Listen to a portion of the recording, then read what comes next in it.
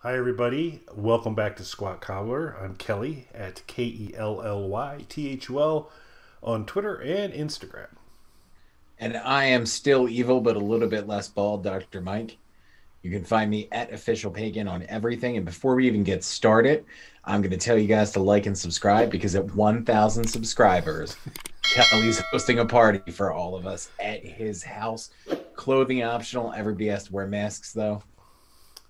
Yeah, so I'm currently at an undisclosed location because of the difficulties this is starting to raise, and I'm going to have getting a new security system put in, kind of getting a bunch of things covered. I am in a just so you folks know, we're here to talk about Alice Cooper's Detroit Stories, his 21st solo album. Something we love, Alice stuff we love talking about here on Squat Cobbler. And I care so much. In my undisclosed location was under a tornado watch earlier today, currently under a severe thunderstorm warning. And so if you do hear a little bit of background noise, that's probably the severe thunderstorm. And if I eventually go away, well, there happens. No I'll party. take the show from there. Yep. And the party moves to Mike's house. He's got an arcade. Everything will be fine. All right, boy, it's been a while since we've done one of these. Paranormal was our last go around. Yeah. Um, Well, no, we did Paranormal Evening and Breadcrumbs as well. breadcrumbs, yes, Yeah. and then we've talked One of about us pays attention to the show they're yeah, on. yeah, it's all vague. It's all blur. You must have done a lot of talking in those episodes. I just kind of tuned out. But we love to do Alice stuff. We kind of have a structure for it, which we start off. So I guess before we go into it too far, overall reaction. You have any kind of going in summary statements? Your opening statement before we begin our process to kind of tear into this a little bit. So I kind of touched on this a little bit before.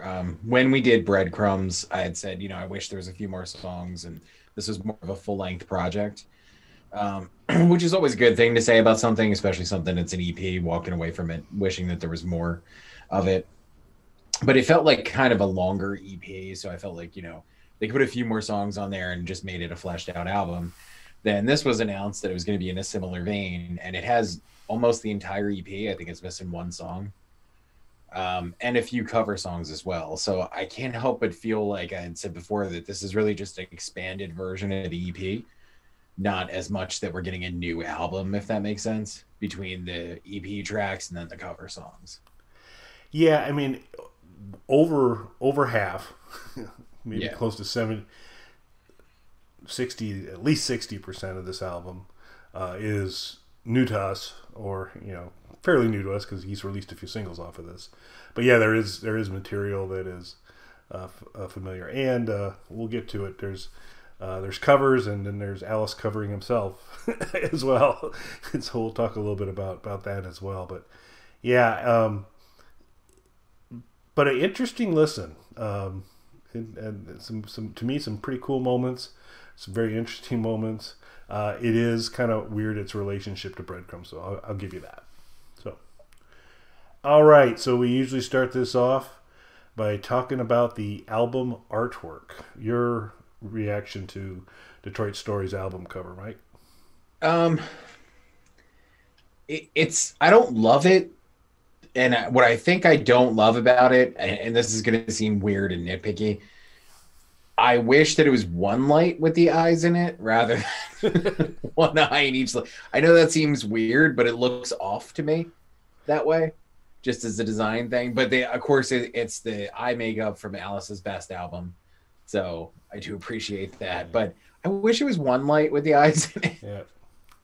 Uh, the reason there's two lights is the eye makeup's from his second best album. So there'd have been $1 billion Baby eye makeup if it had just been one spotlight. But yeah, that is I'm glad you mentioned it because that is the kind of the one thing that just kind of throws on the album because you really the perspective doesn't exactly seem right, that if these two spotlights were kind of coming up from different places and then the eyes are kind of on a flat plane there, it it seems a little bit off, and I think one spotlight would have been better on there. It's got a nice kind of Detroit / Metropolis feel going on to it. Yeah, and I wonder, were they trying to not, steal the Batman logo outright? Maybe that was the idea behind it. But the two separate eyes, though, just doesn't, as a design thing, just doesn't. And for him, he's like, what do you know about design? I actually have a degree in animation art and design, and I'm a college level certified teacher there you in go. art and design. So I do know you're wrong. Yeah, so shut up on any criticism. As a design thing, it's a little bit off and it's a little weird. Well, I can spell design, and I agree. so incontrovertible. Like I said, it's not horrible at all. It's just it's and just this like is that one of those things. Kink. Yeah, and this is one of those things where for anybody who's new to Kelly and I's Alice reviews, there's going to be certain things where it seems like we're nitpicking, but it's just because we're big fans. So we're going to notice every detail of something, and we're going to talk about the finer points of the album in a way that a generalized review might not touch on. Yeah, and that goes all the way down to the artwork too, because within his body of work there are some amazing, well executed album covers. And they say this isn't a train wreck by any stretch of imagination, but it's just this is no raise your fist and yell. It certainly isn't. Thank goodness for that. No.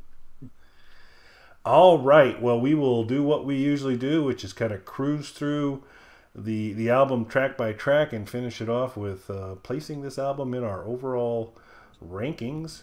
And it starts off with a song some of you are probably already familiar with for a couple reasons. One, it's originally a Velvet Underground song written by Lou Reed.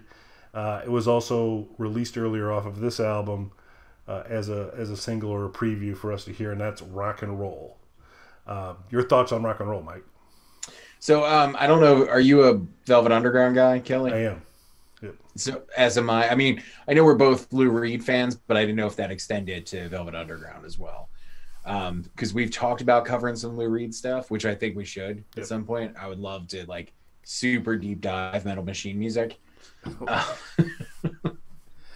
we'll put that on just Metal Machine music and Lulu, like a back to back. But I'm a big, I'm a big Velvet Underground fan, Lou Reed fan in general. This is one of the songs we had heard, as you mentioned. And one of the things, aside from just the breadcrumbs thing, a number of these songs were released as videos and visualizers and things prior to this as well. So at this point, we had not in sequence, but heard most of the album at this point when it's coming out between breadcrumbs and the songs that were released. I enjoyed the song. I liked it better in the context of the album, though.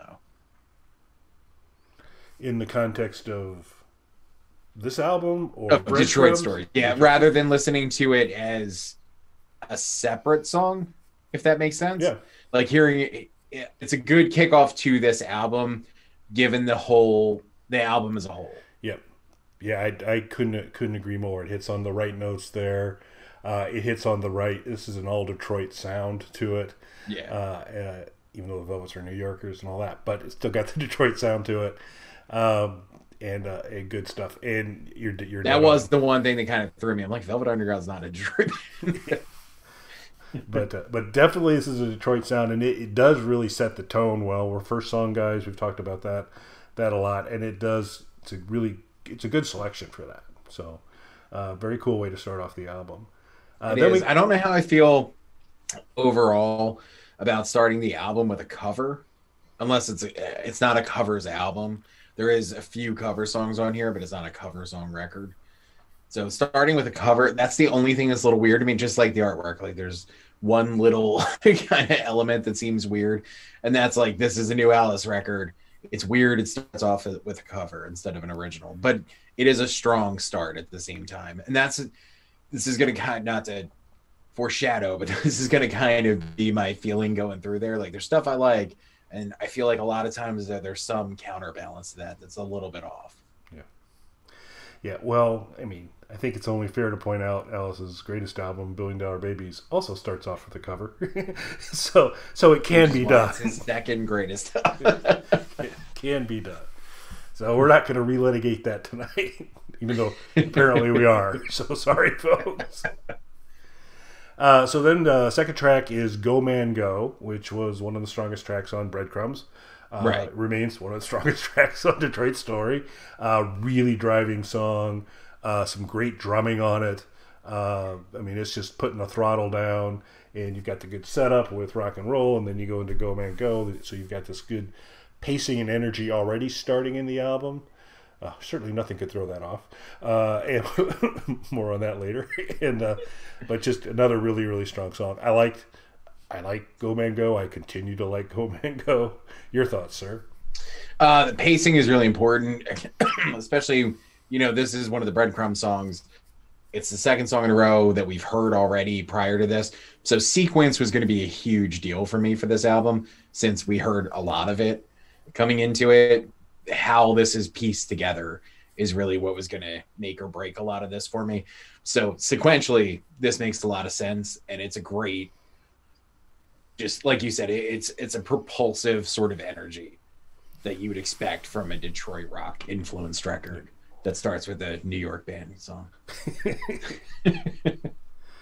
Well, the next song, we're back to a cover at this point in time by the Outrageous Cherries, which were a Detroit band, by the way. Our Love Will Change the World, which is this kind of wonderful juxtaposition of almost Partridge Family-esque poppiness to it, and while the darker the subtext and the lyrics and the things that are going on are far from happy. And it talks about our love will change the world, and hey, you may not like it now, but you'll get used to it. And so submissive to the listener on the process there. So this song has grown on me. This was another one released early, and kind of much like Pretty Ballerina that Alice covered a while back. It's one of those that's a bit of a head scratcher. Now I guess it's a Detroit band, and you can kind of play into that a little bit, but a very kind of against Alice's typical style. I think executed well, and like I said, upon repeated listens, I've started to actually kind of warm to this song, and so I do like it a little bit more than on my first listening. But definitely we've taken the foot has come off the accelerator slightly, and we've taken a little bit of a turn on this track. I don't mind the slight change of pace, just because I expect an album to kind of have peaks and valleys and things to it. So I don't mind the pacing. It wasn't something where we hit a brick wall for me, but definitely coming off the accelerator works better in the context of the album. I do like it more than I liked it from the visualizer. Did not know that it was a cover song. The track listing that I'm looking at lists Alice Cooper and Bob Ezrin as writers for this. Yeah, so that's been you're going to find versions out there that do that, but you also find versions out there that don't and call it a cover and actually attribute it to the Outrageous Cherries. So I'm not familiar with them, so I didn't realize this was a cover. So that's a great catch. Yeah, so that the Wikipedia entry, I know it's a shock, everybody, but the Wikipedia entry is currently off because it is listing. I know, it's a shocker. And, which is what I'm working off of, just because I don't have a physical copy of the album. I listen to it digitally. Yep. So this will be the only place that steers you wrong. So from what I've been able to tell so far. Okay. And funny you should mention Bob Ezrin, because for non-cover tracks, whether they came off Breadcrumbs or are new for Detroit Stories, Mr. Ezrin is present as co-writing credit on every song here. There's a mix on who Tommy Hendrickson's on quite a bit as well. We get a little bit of even Ryan Roxy and Chuck Garrick on Detroit City. But yeah, that's an interesting thing you brought up, because I was going to bring it up when we got there, but according to this, the Wikipedia entry, while they are listed as co-writers on those songs, they are not listed as playing on the album. Yeah, and that's correct. I mean, based on what I've seen there, Calico Cooper was listed as playing on the album. Cheryl Cooper is doing some singing. Both of them doing some singing on the album. But yeah, we don't see a lot of original band members on here. We got Wayne Kramer. We got a lot of other folks. A gentleman named Michael Bruce plays some guitar on a couple tracks. We'll talk about him in a second. But yeah, this was yet another one where the live touring band is not quite as present, which isn't, you know, I mean, there's nothing going on. They're still getting along great. They're still the touring band. Right. I'm just a little surprised, but you know, I know that Alice wanted a lot of Detroit talent for this, right? Which, and that makes sense. I mean, knowing that there's a concept to this album, I guess it makes a little bit more sense that they're not on it. But then it's again the counterbalance. It's weird that he had them come in to co-write stuff, but then not play on it. Yeah, a little bit. Yeah. And again, we're saying this because we like Alice's live band very much. So that's where that's coming from. Even though Kelly did, fact, on this show say he was going to slap Chuck Garric. Go to the tape, folks. See, I very in a poor choice of words trying to describe distance. Some things came along that way, but we are huge fans of the group. Let's agree. There's our measurements. There's like the metric system, and then the slapping Chuck Garric system. Is that over? Yeah, this isn't going to help me, but it was actually punching. Is what I was suggesting. Oh, I'm sorry. I could have. I stand corrected. I could have. I didn't say I wanted to, or I should have. I said he was so close. I could have punched Chuck Garric in the face. That's all I was saying. Which we need to somehow get Chuck Garric on this show. We do not. And I was going to show him the clip. Yeah, and that'll be all over. Then I'm going to have to stay in my undisclosed location for sure. 100%. So track 4 is Social Debris. Mr. Ezrin, as usual, is omnipresent as a co-writing credit on all of these. Neil Smith is the original Alice group member who's also got songwriting credit on this one. For this track and a track coming up in a little bit, there were 2 tracks that featured the original Alice Cooper group as the performers, and Social Debris was one of those 2, with a songwriting credit here for Neil Smith, and kind of makes me really happy because this is my favorite track on the album. So yeah, it's a really strong song. We talked about it here fairly recently because it came out also as a preview. This one's going to be a killer live. It is going to be a monster song to hear live because a lot of Alice songs that are great kind of go to another level.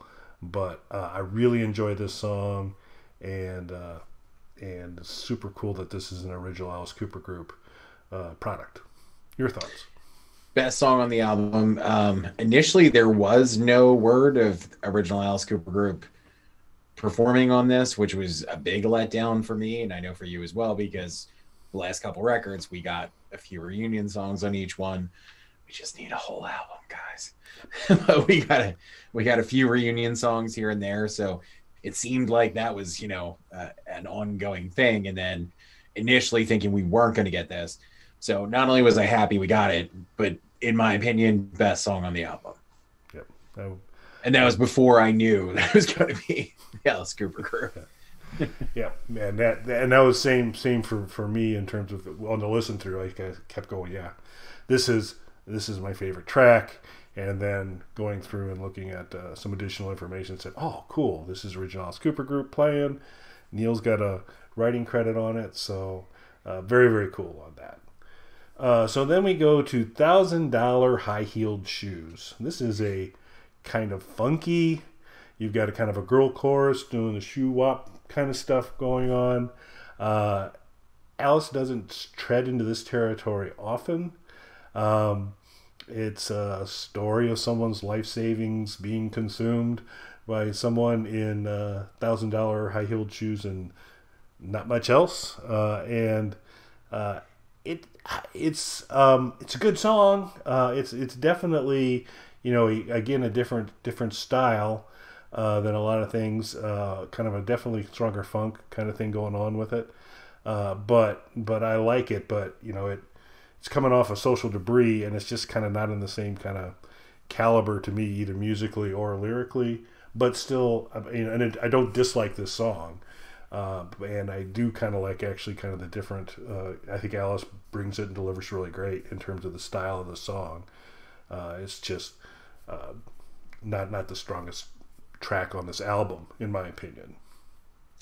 I think whatever came after Social Debris being, in my opinion, so far above a lot of the other material, not to put the other material down, but Social Debris is just a great song.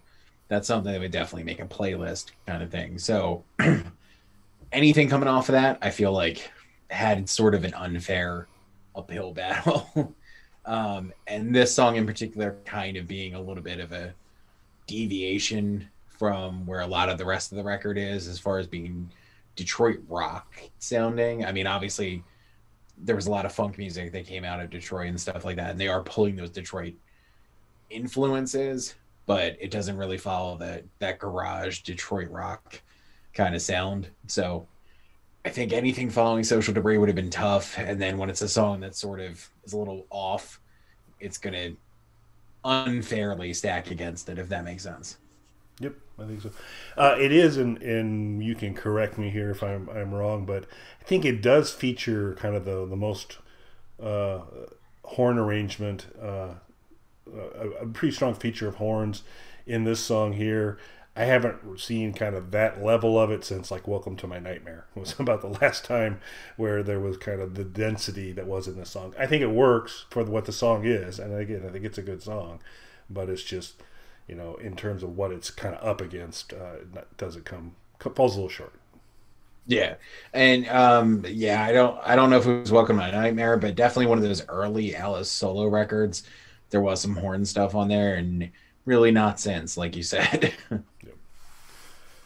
So then we go to Hail Mary with you can always count on Alice to kind of turn a phrase here and there, and Vision of Religion is kind of a nice little earworm to kind of have there. Surprised that didn't show up in Nurse Rosetta somewhere, but it was a pretty cool song. So it's a rocker, very punchy chorus to it,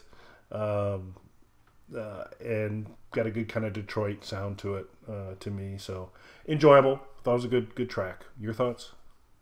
Good solid song. Nurse Rosetta is a great reference point for it. I wouldn't say it's as good as Nurse Rosetta, but from the inside almost cracks that sort of top echelon for me. Like I said, other than some minor mixing issues on that album, it's almost as good as like Killer, Billion Dollar Babies, things like that. So an unfair comparison, but that's the best comparison. I mean, it was Rosetta. Okay, so we'll move on to the next track, which is Our Generation's Generation Landslide. Detroit City 2021.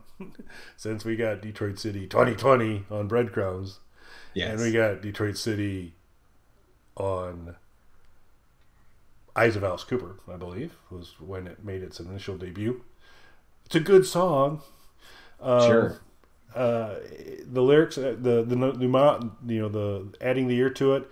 These are probably the first Detroit City was, Eyes of Alice Cooper was kind of a garage band tribute, kind of go for that sound, and the lyrics was a love letter to Detroit sound.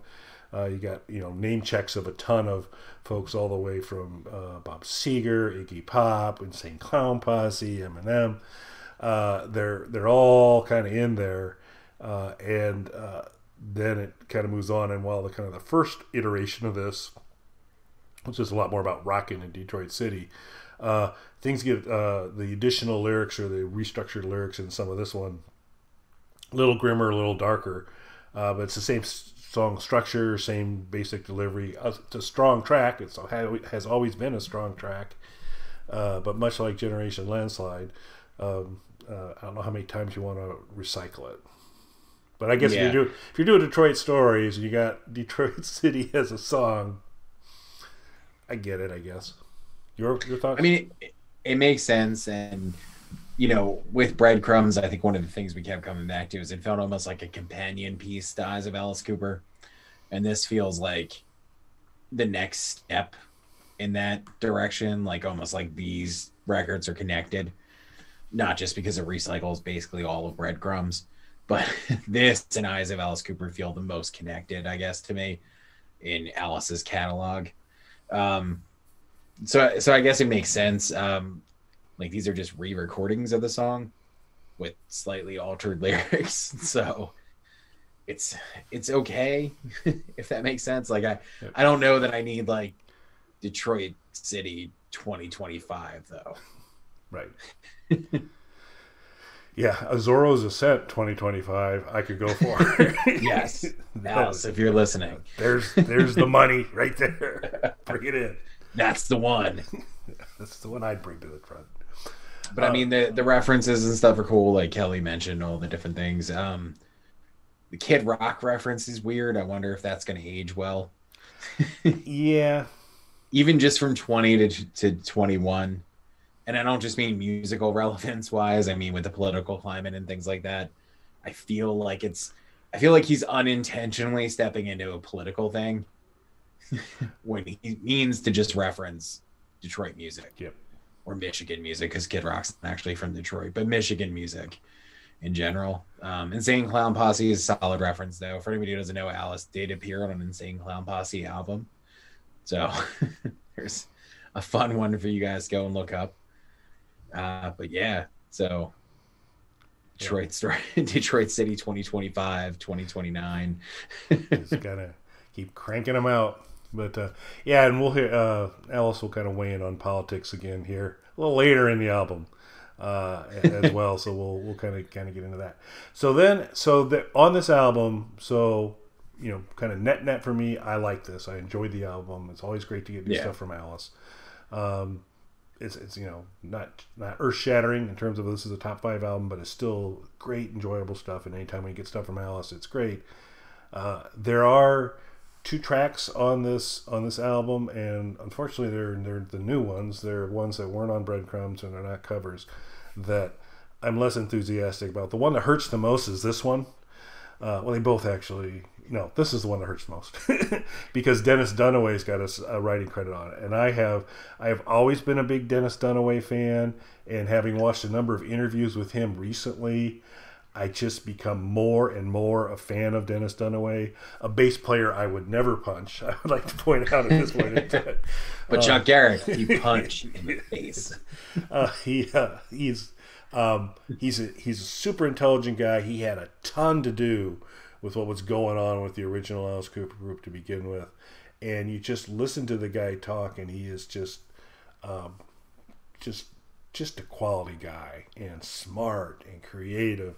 And so it hurts me when one of his contributions here is not doesn't really ring a bell for me a whole lot, and that's Drunk and in Love, a little romance tale between the homeless, which talk about probably not going to age well. This one's probably a little on the tone deaf side and unnecessary. I think it's just I think the concept's not great to begin with in terms of what this song's about. And then it just doesn't stand out musically to me in much at all. So it hurts because I want to just love anything Dennis Dunaway does, but this one just didn't do it for me. This isn't just Dennis's song. It was Bob Ezrin was involved in Alice. So, of course. Yes. Your thoughts on Drunken in Love? Immediately caught my attention. Yeah, going through the listing, you're like, this is gonna be a good one. I guess where they were going with it. There is a couple of songs like this on the earlier Alice records that, the storytelling kind of thing of like, 2 odd characters and things like that.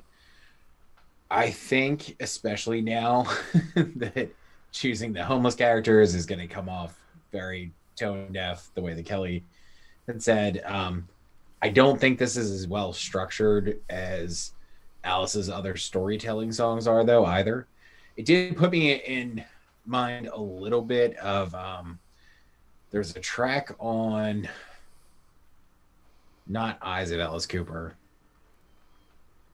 Dirty Diamonds. There's a Dirty Diamonds track that's a storytelling song that has a similar delivery vocally to it, and it's going to bother me now that I can't think of the name.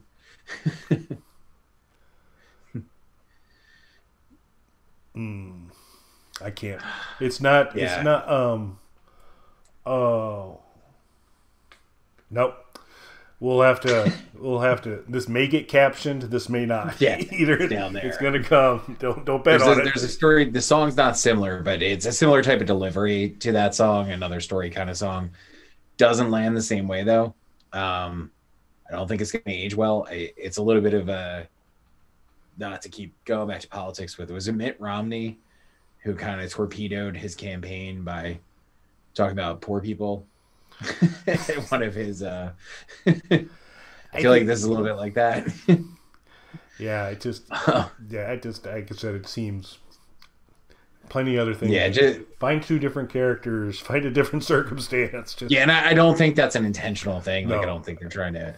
Yeah, I just think it's not thought out in the grand scope of a lot of things that are happening. To actually nitpick it though, like beyond that, I get what they were going for the music, but it has a very generic kind of blues thing going on with it. They definitely could have done a little bit more with that, especially with having Bob Ezrin and Dennis Dunaway working on it. It's a pretty standard blues line, the music. So that's my real complaint as far as like technical side of it, but Kelly's 100% right. There are elements of this that aren't going to age well, including like the day after it came out. the aging issue begins immediately. Yeah. So next song doesn't have that problem. Independence Dave. I think possibly one of the strongest titles on this album. I was going through, that is it. Song comes close to living up to its rep there with that amazing a title on there. It's got the kind of sing-speak lyric stuff going on again from that delivery. Big chorus, the whole gang's involved on the kind of the big punchy chorus kind of going on there. So a fun song. Entertaining from there, and really Alice is always kind of this great wordsmith and stuff, and to come up with a cool title like Independence Day, I'm all in. That's good. So I enjoyed this song. Yeah, I thought it was a good song. The title definitely stood out, although Drunken in Love really stood out as the title. So I wasn't like, and again, I've listened to it a few times now straight through. My first time listening to it, I was like, okay, we had a bunch of stuff going on Friday. So I just took like an hour and I was just like straightening some stuff up in the studio. And I was like, let me put it on. Let me get my first listen in and just kind of not really hone in on anything, just kind of fan experience it kind of thing. And like that really, a couple of titles caught my attention, and Drunken in Love, I was excited it was coming up. And then I was like, it wasn't the greatest. So I got less excited about this song because of Drunken in Love. Does almost live up to the title though. So, and it was a good pivoting back to where we need to be after Drunken in Love. Yeah, it's a good palate cleanser kind of shift back into there. And now this is a tough song. This is not, I mentioned there's a second song I dislike. It's not this song. I actually like this song, but I also have like some problems with this song. The song is I Hate You. It is performed by the entire original Alice Cooper group again. Let me double check here again on my notes on who gets the credit for that. I don't have it written down. I think it was Dunaway again. Yes, it was Dennis Dunaway. I'm sorry, it took me a second there. So redeeming himself 100%, sorta redeeming himself on this. So it's Dennis Dunaway gets the songwriting credit along with Ezrin and Alice. Features the original Alice Cooper group not only playing but singing.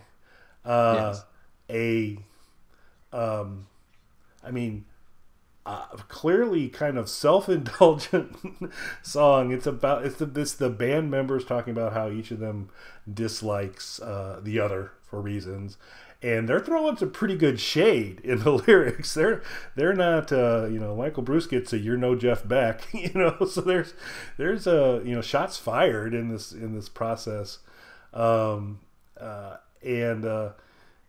the thing that I found a little interesting is, and you can pick out Dennis Dunaway's voice pretty easy. You certainly can pick out Alice's voice easy. But oddly enough, what I was not aware of is that Fozzie the Bear from the Muppets was a member of the original Alice Cooper group, because the first set of lyrics is delivered almost Muppet-like to me when I heard it the first time, and I'm guessing that's Neil Smith, but it the vocals, like I said, to have a kind of a Muppet hello to begin with. They throw some good shade. The fact they gotta go to the whole, I'm gonna spell out "I hate you" in the kind of middle section of it there. I'm like, it seems a little on the nose. But then there is kind of a nice moment that you kind of knew was coming, as they throw as much shade as Glenn Buxton as everybody else got, but kind of wrap it up with the biggest thing they hate about him is the empty spot he left on stage. So I mean, the spirit of this song is fantastic. I think for a band, and then Alice as a solo artist who were noted for their crafting of lyrics and storytelling and all that, this felt remarkably straightforward. Again, though, some pretty good shade going back and forth. So I went all over musically on this one. I love it. I thought it was. I enjoyed the music on this quite a bit. The first vocal threw me hard. The spelling of "I hate you" kind of threw me a little bit. But the note to kind of Glenn at the end was a nice touch. And I mean, they've earned it. They want to do a song that's a little self-indulgent and all that. Why not? So I just unburdened myself, Mike, fairly long there. I'll take a breath and let you go. It was okay song. Next, whatever you. What are your thoughts? Kelly. So anyway, no, but I do agree with you on it. The spelling thing, that's great. I did like the Glenn Buxton thing.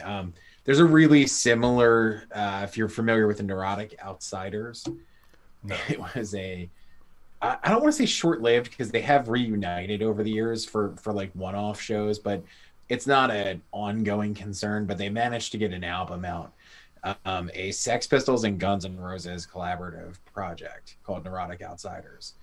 And on their album that they did put out mid to late 90s, I want to say, there's a song called Union on there. And it's Steve Jones from the Sex Pistols singing, and he runs through every member of the Sex Pistols, including the former members and the ones who were no longer alive at the time, telling them all how much he hates them and everything that's wrong with them, and how they ruined everything, including himself and his own part that he played in it. But of course, ending it with that he loves those guys and all that. So it was very reminiscent of that. I'm not saying that they copied that. They may not even be aware that ever existed, but there's a similar type of song out there about the Sex Pistols if you're interested. It's more my... Or you can go to the Kinks and you can do Hatred Duet, which is Ray and Dave Davies talking about how much they hate each other, with no bright note to it. No, we just hate each other. There's no coming together at the end with the brothers Kink from there. So, but I mean, they can still rock out. Music's solid on here.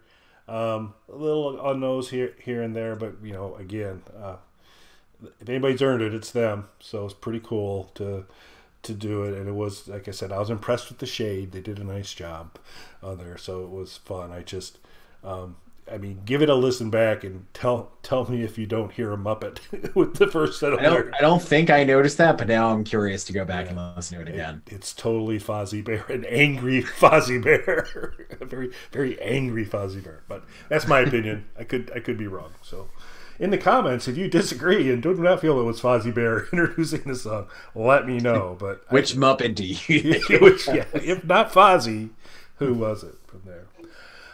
But now we can get to the other song that I didn't like very much on this one. This is Wonderful World. Alice can pull off a mean Jim Morrison. He's done it on Killer, and he does it again here. and he kind of bounces back and forth between Jim Morrison-esque delivery of lyrics and typical Alice snarl delivery. Again, something he's done before in like Disgraceland, where he kind of pulls off a very solid Elvis impersonation, and then he slides into Alice. But kind of in that song, it's a dialogue almost, or it's a reaction to you kind of got kind of Elvis and then Alice kind of commenting on Elvis. And on this one, it's just like, here's Alice singing like Jim Morrison. Now he's singing like Alice. And it didn't knit together for me that well. And I mean, kind of interesting concept, like it can be a wonderful world, just be like me, kind of thing. So it kind of, the storyline's kind of cool in that respect, and intriguing. But I just really I just had a kind of a difficulty with kind of the shifting between the Morrison-like delivery, which is to me, a very earnest delivery of a Jim Morrison-like delivery, and then going into Alice. But so this one, on this whole album, this is the only real clunker for me. With Drunken in Love kind of in that camp too a little bit, but this was kind of the one I'm just not as big a fan of. Yeah, we're pretty much on the same page again. You said it much more eloquently than I think I could have. I felt like all the elements were there, and it just didn't come together. Yeah, it was. I mean, it was creative choice, a lot of different things there, but just and he's proven it can be done, and done really well. But this one just didn't quite click for me. So Sister Ann, we're back to Breadcrumbs cover. So EP/cover combination here. On definite all Detroit sound to it from there. Great rocker. I need to be more familiar with the MC5 catalog than I am to really comment a ton on there. I did also kind of feel a little bit almost of Ian Hunter in the heyday kind of feel to this delivery of this song. But it's solid. It's really good. I enjoy it. It definitely fits kind of in the Detroit theme. So really, a good piece, but a piece we've heard before. Yeah, same thing. I mean, I enjoyed it the first time. It's one of the carryover tracks. I'm not super familiar with MC5. Obviously, I know who they are, and I've heard a handful of their songs and everything. My introduction to them was actually not through their music directly. There's a band called KLF that had sampled one of their songs. So, and I thought the sample sounded cool. So I looked up where it was from, and it was MC5. So that's actually what led me to listening to some MC5 music in the first place. But I'm not knowledgeable of them. Yeah, that may be a good one for us to dig into a little bit deeper, because based on everything I can tell, there's some pretty great stuff. So yeah, I mean, the stuff that I've heard, I really liked. I'm not a knowledgeable person to them, so I can't really comment on their catalog. But it seems like stuff we would be into. Yep, I agree.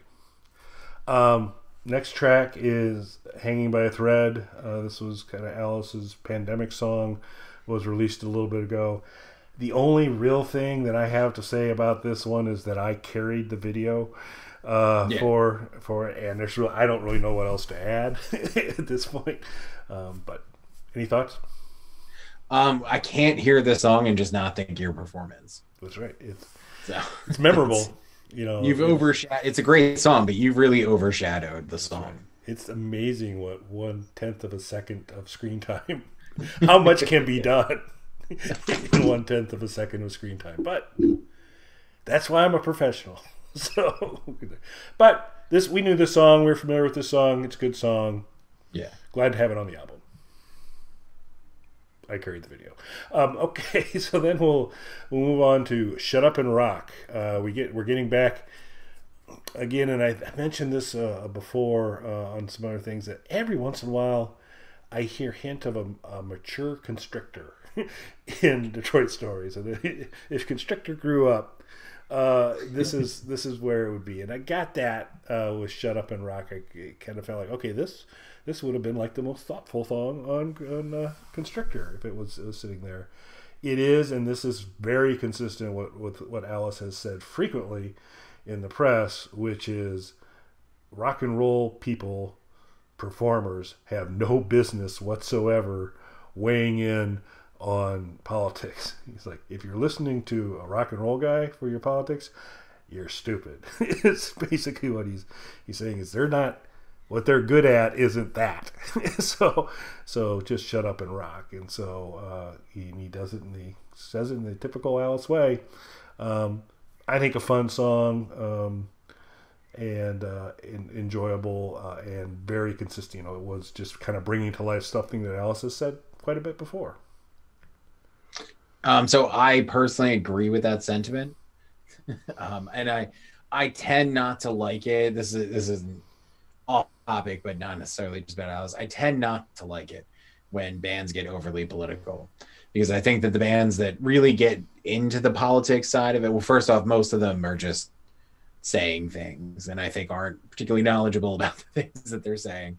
And the ones who do seem more knowledgeable of it, those people who are that into politics, that they're just using their music as a platform to talk about politics, and the music doesn't back it up. I think those really heavy political bands, their catalogs aren't that great if you delve into them, in my opinion. They're seldom crossover between a really knowledgeable artist about politics and a great expansive body of work. There's not a lot in there. I'm not saying it doesn't exist. I'm just saying there's not a lot if you look at the number of artists who try to be political. So I totally agree with Alice on that. The Constrictor thing is a good call, because this is definitely a song that's more fun. So, and that's, I think Kelly and I were kind of on the same page with Constrictor. Is it high art or the best thing that Alice has ever done? No. It's a fun record, though. It's absolutely a fun record. Yeah. I'm gonna go listen to The World Needs Guts as soon as we get off. It's that fun a record. It's super awesome. And the album wraps up with East Side Story, a Bob Seger cover. Was on Breadcrumbs. Good solid song. And I probably mentioned this when we talked about Breadcrumbs. And so this isn't really an Alice issue. This is a Bob Seger issue. I think that it almost goes Gloria. It starts to feel, when you hear the Golria kind of thing, it kind of comes up right to the edge of almost delivering that, and just very reminiscent to me a little bit. So I found that mildly distracting, but a really solid song, a solid way to end the album, and I liked it. Certainly had no concerns with it. Liked it on Breadcrumbs. So yeah, kind of the same. In my opinion of it hasn't really changed. Bob Seger is kind of a weird one, because I know I've heard Bob Seger songs before, but nothing ever really stuck with me of his stuff. Nothing against him, just wasn't something that I was really drawn to. A lot of bands that I've listened to have covered his songs, though. So maybe it's that the songs are good, and I'm just not that into his kind of style, if that makes sense. Yep. So it might be more of that kind of thing. Nothing against him. Just I've never heard a Seeger song and went like, I'm going to go listen to a Seeger record.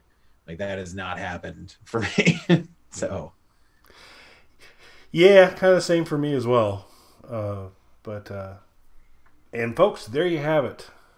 There's Detroit Stories, and Mike and I kind of weighing in on that. So now the fun part begins. We go back to, this is Alice's 21st solo album. You can then tack in 6 original Alice Cooper Group offerings, so 27 albums in total to rank now. And for anybody who's newer to this, we're not including the live albums. We're not including EPs and compilations. Yep. So just true album releases from that perspective. And so we've been ranking away. You've heard us make reference to places where Mike's wrong on his list. We've talked about that a lot. We don't need to beat him up any further on that. But we now need to place this one. And I think I might have been a little bit when we kind of did a preview of where we're at. I may have had my sights set a little higher where this one was going to land than it did. I'm kind of in the same boat. Yeah. I don't, And but the other caveat we needed to have is that it's 27 albums. Just because you're on the lower half of that, there's still some really good stuff on the lower half of Right. that. There's just the floor is really thin in terms of ones that are like, these maybe weren't great. Just a couple albums there, and everything else it just becomes kind of splitting hairs and degrees of Right. difference to some degree from there. Yeah, this is in like the bottom two, those Oh, early not Alice Cooper even. group thing. This Yeah. is nowhere near that for me. Did But you? again, is this breaking that top barrier? Yeah.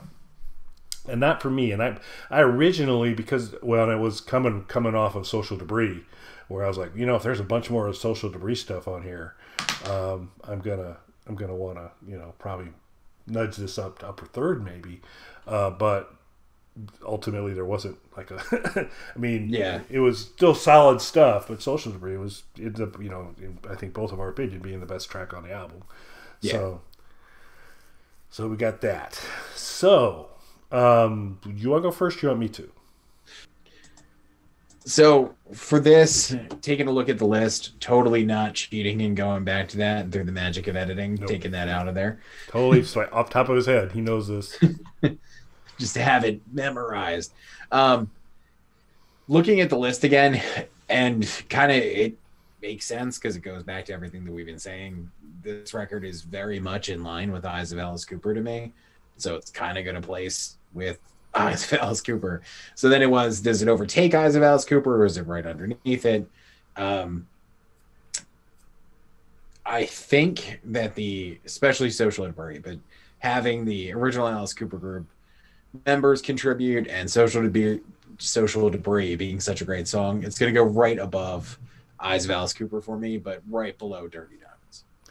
So that puts it about 17 or 18 for you. Yeah. About that range. Okay. Yeah. So I came in initially thinking I was going to drop it in on my list, and you hear Mike and I continue to debate around 1 and 2 slots, but we have the same 2 albums, just in different orders for 1 and 2. Order. And our lists are, if going into this, I would have thought our list would be all over the place and very different, other than maybe the couple we don't like. But I would have thought they've been really different, but they're pretty close. There's, I think I have a little more. I think my affection towards Special Forces and Alice Cooper Goes to Hell, I think they end up just both slightly higher relative in the list than Mike's. And then I think while I'm a big Brutal Planet fan as well, I think Brutal Planet really hit it really hard for you, and so I think there's a discrepancy there a little bit too. But they are remarkably close, and so if you're kind of coming in at 17 or 18. Then we would have been also. We are still going to be close, but I originally was going to have it at my 16th, which would have put it below DaDa, but above Welcome to My Nightmare. And that's kind of where I had it. But then I kind of thought through a little bit more, and I go, you know what? Social Debris is the one I just grab a hold of and really, really love this song. But then I go back to, and this is a place where you and I may disagree a little bit, but I go, but if I had a chance to listen to this album or Alice Cooper Goes to Hell, which album would I, upon ending listening, go, hey, you know what? I got tons of enjoyment through this whole thing, and I kind of eventually ended up saying, you know what? I would enjoy both of them, but I would enjoy Alice Cooper Goes to Hell a little bit more. So that kind of pushes it slightly further down on my list. And so I have it actually coming in at 21, below Alice Cooper Goes to Hell, but above Zipper Catches Skin, the home of the aforementioned Zorro's Ascent, which is an amazing song, and I love it. But I just kind of came back to saying I need to give proper respect to Alice Cooper Goes to Hell, because while there are flaws, and we talked about some of the flaws on the album and some of the challenges with a very kind of more sanitized mix and all those types of things, there's a lot of fun in that album. There's a lot of cool stuff in there. So This is a great album. It's enjoyable and all that, but in looking at the whole context, I'm going to kind of bump it down a little bit there and put it right below Goes to Hell. That makes sense. And to be honest, if it wasn't for Social Debris and a few other moments on there, it would be a lot lower. In fact, if you took Social Debris off, it'd probably drop a couple spots for me. Yeah. But we will always take new Alice stuff. Enjoyed it. It's great to love talking about it. And as Mike mentioned, and please understand when we're critical or kind of picking at things a little bit, it's not because we think this isn't good at all.